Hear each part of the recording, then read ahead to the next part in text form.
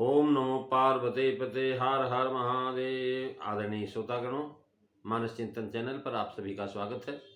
पिछली चर्चा में आप दोहा नंबर 38 की पहली और दूसरी चौपाई पर जो है श्रवण कर रहे थे।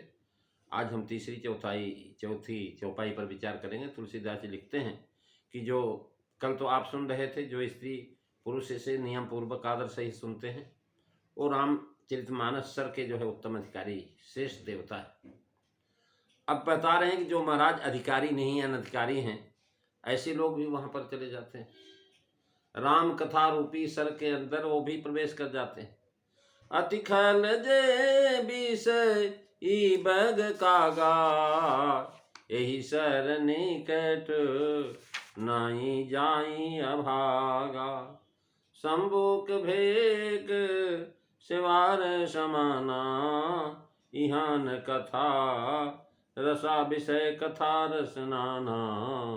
तेहि कारण आवत ही हारे, और कामी काक बला के विचारे। पहले अधिकारी बताया, अब अनधिकारी जो कह रहे हैं महाराज, अत्यंत जो विषयी हैं, जो दुष्ट हैं, वे बगुले और कौवे की तरह हैं। वे अभागे इस सर के पास नहीं जाते हैं। महाराज क्यों नहीं जाते हैं? कह रहे महाराज उसका कारण है कि वो उस प्रकार विषयी मांस भक्षक परदारारत आत्मा जो अत्यंत असक्त है विषयों में, ऐसे लोग महाराज राम कथा में नहीं पहुंच सकते। कथा के समय जो है महाराज जाते हैं तो वहां पर उलूल जुलूल बकेंगे, कथावाचकों की निंदा करेंगे, कथा की निंदा करेंगे। महाराज कह रहे हैं जो विषयी हैं, ये जो है बगुला है, जिनका मत मछली मेघ में लगा रहता है। देखने में साधु बने बैठे, कथा सुन रहे हैं, लेकिन उनकी निगाह इधर उधर रहती, कहाँ कैसे जो जाल बिछाया जाए। और बता रहे हैं कि महाराज सुनो तुमाते लोग अभागी, हरतज हों विषय अनुरागी। वो लोग अभागी हैं जो विषयों को के पीछे दौड़ते हैं। हरितज हों विषय अनुरागी, वो अभागी भगवान शिव पार्वती से कह रहे हैं। और महाराज विषयी साधक सिद्ध सयाने तीनों प्रकार के जीव रामचरित के ग्राहक हैं। इनमें विषयों को ही खल कहते होते हैं, और उन खलों में भी अति खल होते हैं। दोनों प्रकार के खलों की वंदना तुलसीदास जी ने कहा है। सामान्य खलों को महाराज खलगन कहा, और अति खल जे विषयी बग कागा, खल कह करके वंदना गोस्वामी जी ने किया है। यद्यप काग जो है सकुनाधम है, सब भांति पावन है, छली है, मलिन है, अविश्वासी है, मूढ़ और मंदमती है, फिर भी महाराज उसकी बग की गणना पहले है। क्यों? वह हंसा रूप धारण किए हुए महाराज, कौवे को तो सब देखते हैं काला है, ऐसे काम करता है, लेकिन जो महाराज जो कौवा है उसको पहचान हो जाती, लेकिन जो महाराज बगुला हंस की तरह से बैठा हुआ है, उसका जो है समझना बड़ा मुश्किल होता है।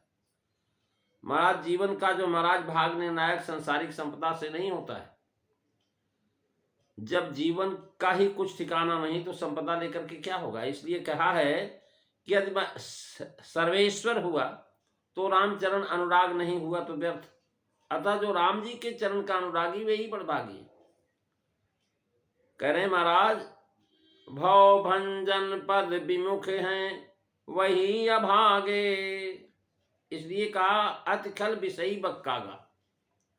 और महाराज ये यहाँ जाते हैं घोंघा मेढक और सिवार के समान अनेक प्रकार की विषय रस की कथाएं यहाँ है नहीं। यहाँ तो अध्यात्म की कथा, राम की कथा, भगवान की कथा है, तो यहाँ महाराज उनका मन लगता नहीं। उनके न यहाँ आने के कारण कहते अभागे हैं, विषय रस की कथा सुनते हैं और भगवान राम के इस सुयश को नहीं सुनते हैं। जितने सातशय सुख हैं उन सब में तीन प्रकार के, उच्च कोटि, मध्यम और सामान्य कोटि के। महाराज कह रहे हैं सम्मुख सेक मेहेक शिवार समाना, यहाँ न बस्याक विषय कथा रसनाना। अब महाराज कह रहे हैं विषयी प्राणियों को मानस के समीप न आ सकने में बता दिया कि समर्थन करते हैं कि माया काबिलिंग गलहार आवत ही हारे। यानी महाराज जो है कोई जबरदस्ती ले गया, उनको कथा में बैठा दिया, वहाँ बैठे तो हैं, लेकिन उनका मन नहीं लग रहा, इधर उधर देख रहे हैं, कहाँ स्त्रियां बैठी, कहाँ पुरुष बैठे हैं, कौन कैसे सुन रहा, कौन कैसे सुन रहा, यही सब देखेंगे। वक्ता अच्छा सुना रहा, खराब सुना रहा, आ तो गए, लेकिन वो कथा में नहीं माना। उनका तो मन है महाराज उसमें कमी बेसी के लिए। शंबुक, सिवार और भेक इन चारा है इनका। इन्हें महाराज छोड़ करके वो खाते नहीं। सो यहाँ मिलता नहीं तो फिर यहाँ आकर के क्या करें, मन लगा नहीं, बैठे रहे मजबूरी बस किसी के साथ में।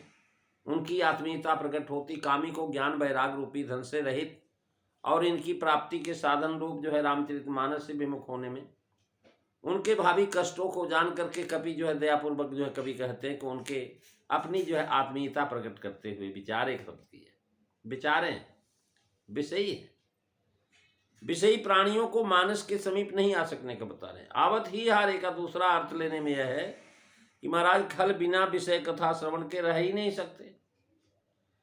ते कारण आवत ही हारे निष्कारण हैरानी किसे नहीं अखरती, अतः हिम्मत छोड़ देते हुए आते हैं। भाव के यहाँ रामचरितमानस होता हो वहां उनका जाना अपार मालूम होता है। वे ते मानस के निकट जा ही नहीं सकते जो विषयी बक्काक है, परंतु जिनकी खलता की अतिशयता नहीं है वे जाते हैं, पर हिम्मत हारे हुए जाते हैं। उन्हें कामी काक बला की कहा बेचारे। भाव यह है कि लाचार बेबस होने पर जाते हैं।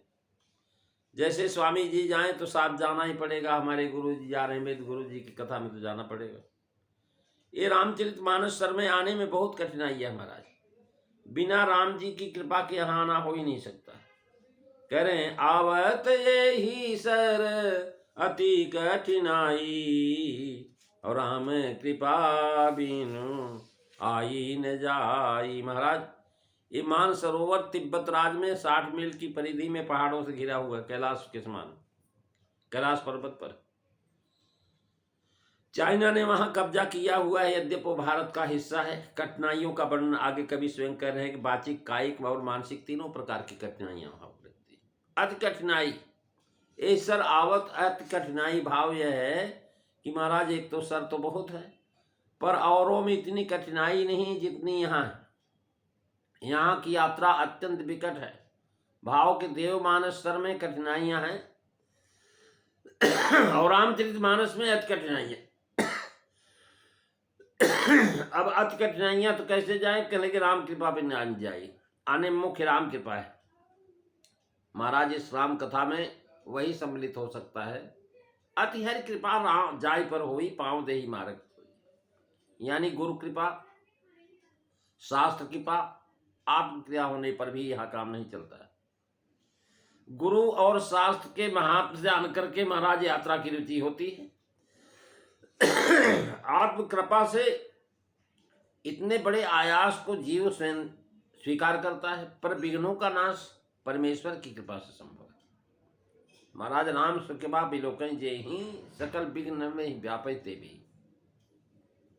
यानी गुरु की कृपा से कठिनाइयां दूर होती हैं। यदि गुरु में मनुष्य रूप का हरि भाव हो तब ऐसा होगा। गुरु की कृपा से कठिनाइयां दूर होती हैं। अब महाराज जो है अगर हम गुरु को गुरु के रूप में नर रूप हरि का भाव हो, आचार का अभिमान बड़ा भारी गौरव है, कृपा क्यों कर हो। कृपा का साधन जो है मन क्रम वचन छाण चतुराई और भजत कृपा करी है रघुराई। इस प्रसंग में गोस्वामी ने 4 कोटियां कही, एक सामान्य खल, दूसरे अति खल, एक अधिकारी और दूसरे अति अधिकारी। चारों के लक्ष्य बता दिए कि जो कर काट जाई पुनि कोई और जाता ही नींद जुड़ानी होई। अधखल विषयी का मानस में जाना कठिन कहा और यहाँ मानस में आना भी कठिन बताया। वहां जाना और यहाँ आना दोनों बताया। ये ईश्वर निकट न जाए ये भागा, आवत ईश्वर अति कठिनाई। यहाँ से पाठक इन शब्दों पर विचार करके देखे। महाराज इसका भाव यह है लिखा गया है। आगे जो बताते क्या कारण है, घोर कुसंग ही कठिन भयंकर बुरे रास्ते हैं। कुसंग उन सुसंगियों के वचन बाघ, सिंह और सर्प के एवं दुष्ट हाथी। ये 7वीं चौपाई में तुलसीदास जी बताएंगे, अगली चर्चा में आप श्रवण करेंगे। आज बस इतना ही। बोलिए सियावर रामचंद्र भगवान की जय।